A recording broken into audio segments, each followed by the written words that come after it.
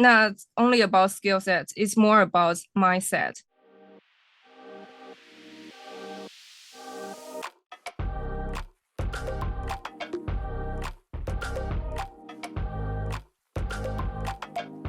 Welcome to another episode of Business Beyond Borders. Today, we're very happy to have with us Emilia Chen, who is the founder and headhunter at Polygon Search, a leading headhunting firm focused on FinTech recruitment with more than 400,000 candidates across Asia and the United States. Polygon Search aims to provide personalized recruitment services for both clients and candidates alike. Prior to founding her own firm, Emilia was a senior consultant with Michael Page, where she successfully developed new businesses by building strong relationships and generating referrals to secure contracts with family offices, tier one investment banks, as well as hedge funds. Happy to have you here. Welcome, Emilia. Hi, Daphne. Hi, everyone. Really nice to be here.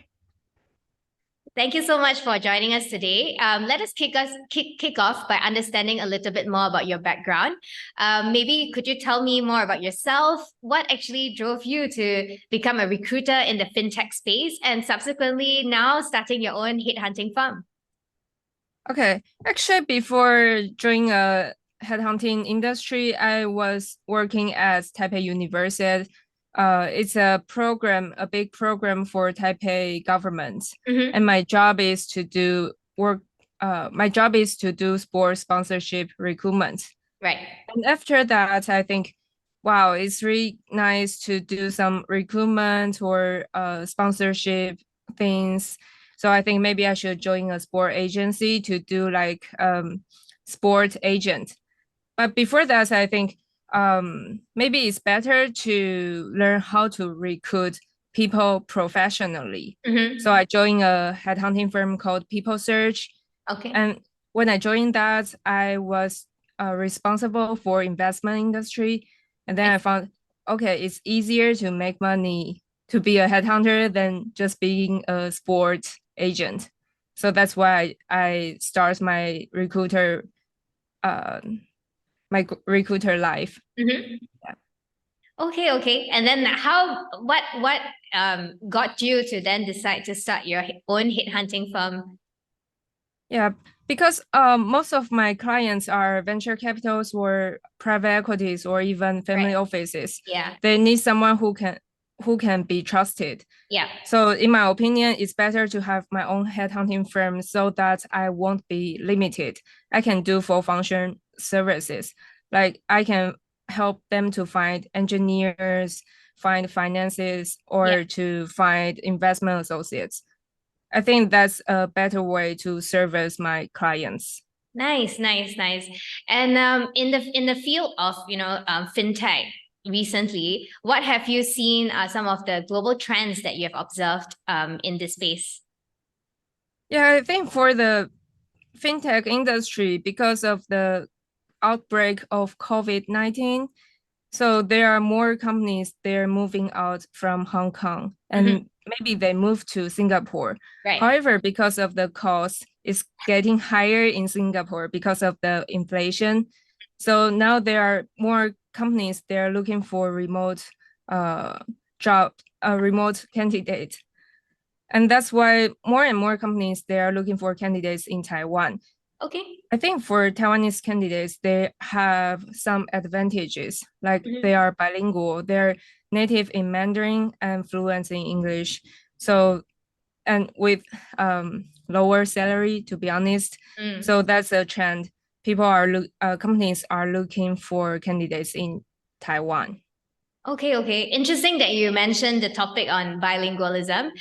Would love to understand, in your personal opinion and from your experience working with so many different candidates, how important is bilingualism or multilingualism for candidates who are actually searching for a role in the fintech industry?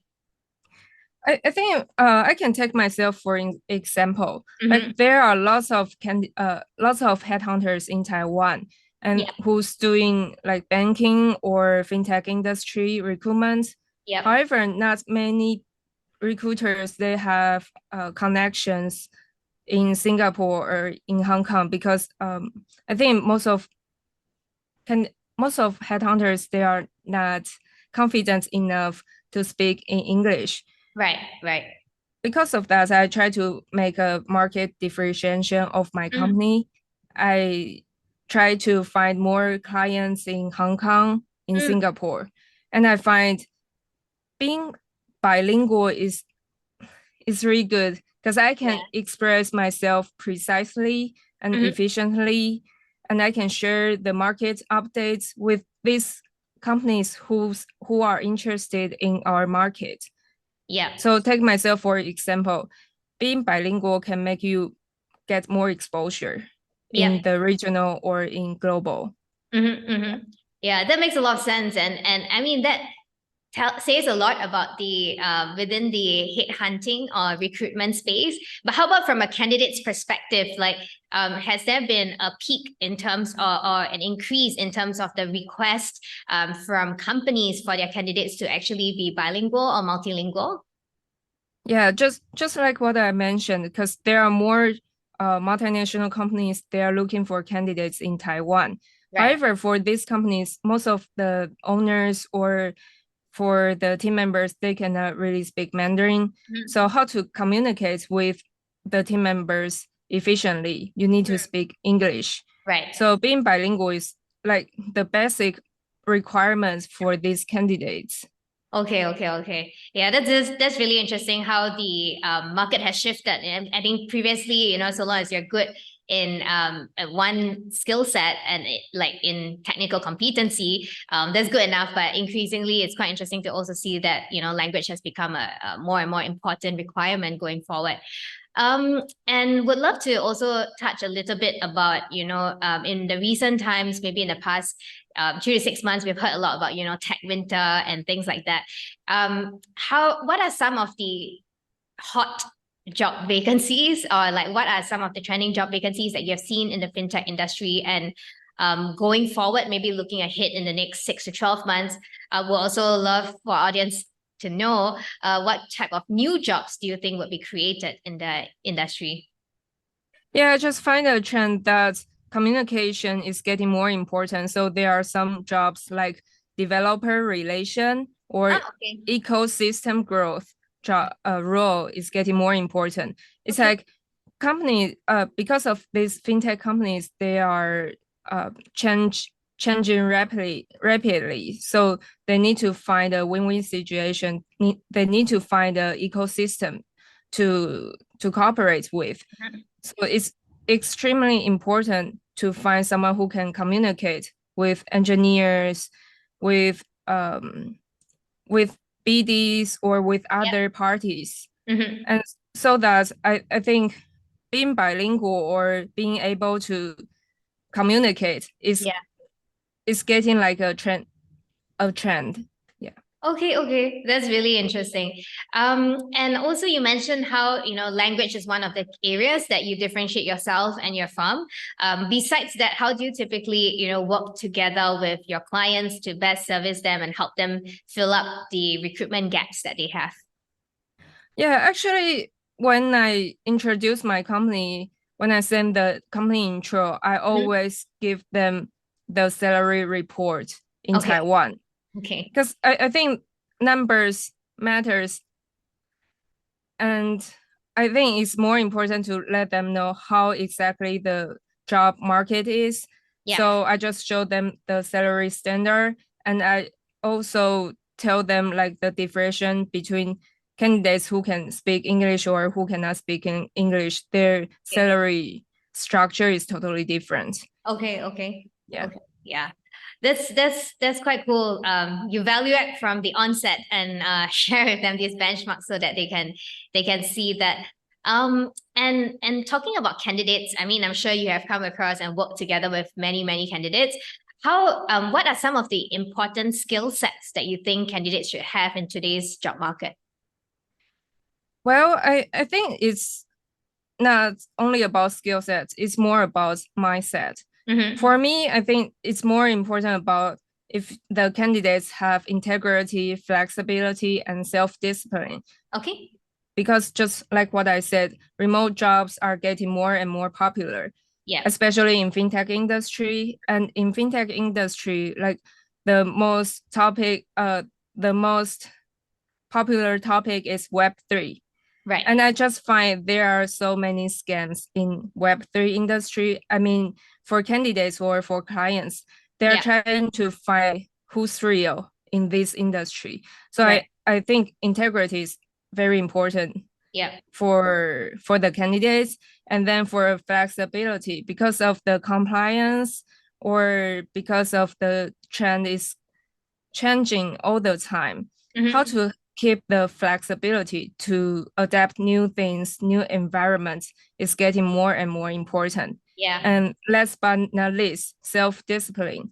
Because most of popular jobs are remote jobs. How to make time management properly and how to make yourself disciplined is getting very important. Okay. And you mentioned that just now, you mentioned a bit about scams that are happening in the fintech industry, especially in Web3. Maybe could you share a couple of examples on that? Yeah, just like yesterday, I just saw a LinkedIn post by a Singaporean headhunter. She just mentioned that there are some fake CVs. Like the CVs looks perfect. Graduated from maybe Ivy League school with very good experience from very big company. However, when the recruiter to do the reference check, just find everything is fake. So I think it's a sign for us to know that maybe when we're hiring some remote candidates, reference check or to find someone who you can trust is very important. Okay. And I'm sure many of the young professionals out there are also who are thinking of entering into the fintech industry. Given that you've worked with so many of them, what is some advice that you give them as they consider exploring a career in the fintech industry? I think for young candidates, if you're interested in fintech industry, no matter which company or what kind of product you're interested in, like if you're interested in Web3, then maybe you should invest a little money into crypto so that you can get more understanding of the system of the product. And for myself, when I first to be the investment headhunter, I invest some stocks or some options to get more understanding about the industry. So I think it's a really good way. And because of these candidates, they may not have enough experience in the industry. So when you are interviewing, you can just share your experience about investment or about how you look at these products. Yeah. That's really good advice. And actually, just maybe one last question for this segment. Would love to better understand over the past couple of years, how have you seen the interview process changing? Especially now, you mentioned also there's a shift towards hiring remote workers. How has the interview process changed? Typically, maybe you could walk us through typically what are the couple of stages that you've seen, and how best can candidates prepare as they interview for roles in this industry? I think for interview stages, it's more like for the first or second interview, HRs can accept candidates to do virtual interview. Right. Yeah, but for the last one, if it's a very important role like GM role or head of BD role, they still wants to companies are still need to see them in person. Okay. Yeah, but how about in terms of the actual interview process?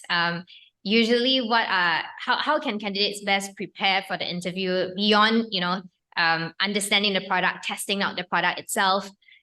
What are some other ways that they can prepare for the interview? Actually, for my candidates, I usually give them a handbook about how to prepare interview. First of all, HRs or companies, they care about what's your motivation. What's Right. your motivation to apply this job, or your motivation to leave the current company? And second is like, what's your strength? Like introduce yourself to share some projects you've ever done, and to see like how to leverage your past experience to the role you're applying for. Third is the QA session, like how do you know about this company, and what do you want to know about this company, and how to cooperate with each other. And the fourth, the last but not least, to know your expectation, the salary expectation or the benefit expectation. Okay, that's really helpful. Thank you so much, Emilia. We'll just wrap up the English segment of today's episode. We'll now move on to the quick fire Chinese questions. Are you ready? Yes. OK 那我们现在进行快问快答的环节。所以现在准备好了吗？我就开始问吧。好。好的，那首先能够用中文做个自我介绍吗？好，大家好，我是 Emilia Chen。我之前是在台北市政府市大运专案负责运动赞助。那结束这个工作以后，我就转入猎头行业。一开始是在 People Search， 后面是在 Michael Page， 一直以来都是负责投资领域的猎才。那现在的话，我自己成立了一间猎头公司，叫做 Polygon Search。好的，好的。那就是最近学到的一门新的知识，能够跟我们分享吗？好，因为最近我自己开公司，所以我很认真的在学习 public speaking， 就是公开演讲的部分。那我学到了一个非常实用的小技巧，就是当你紧张的时候，往前站一步。对于我来说也可以，就是我们进行这个播客，我也可以就是用一下。没错。对，好的，那就是如果您能用3个词汇形容自己，你会用什么词汇呢？我会用勇敢、果断还有负责这3个词汇来形容我自己。勇敢的话，不外乎就是我成立了自己的公司。对。果断的话，就是当初在做这决定的时候，我没有任何的犹豫，我就决定好，那就这样做。负责的话，就是当开公司遇到很多挫折，我还是全力以赴，因为我知道我要对我的客户，我要对我的人选负责。对，很敬佩。那就是在你，因为你现在是在那个金融科技领域当中，也做这个猎头，然后就是对于在这个行业寻找一个职位的那个应聘者，你会有对他们有什么建议或者是劝告吗？我觉得当你想进入这产业的时候，你不应该想的是我可以赚多少钱，而是要想说我可以从里面学到什么。因为很多人选尤其很多年轻的人选，他们只会看到我眼前的第一份薪水。但是呢，像我之前可能有去台大做一些演讲，我把就是 salary report 再显示一次给他们看。我跟他们讲说，每个职位从 junior 到资深的时候，薪水大概是多少，让他们有个概念。因为有些职位是一开始钱很多，但是后面的成长很慢。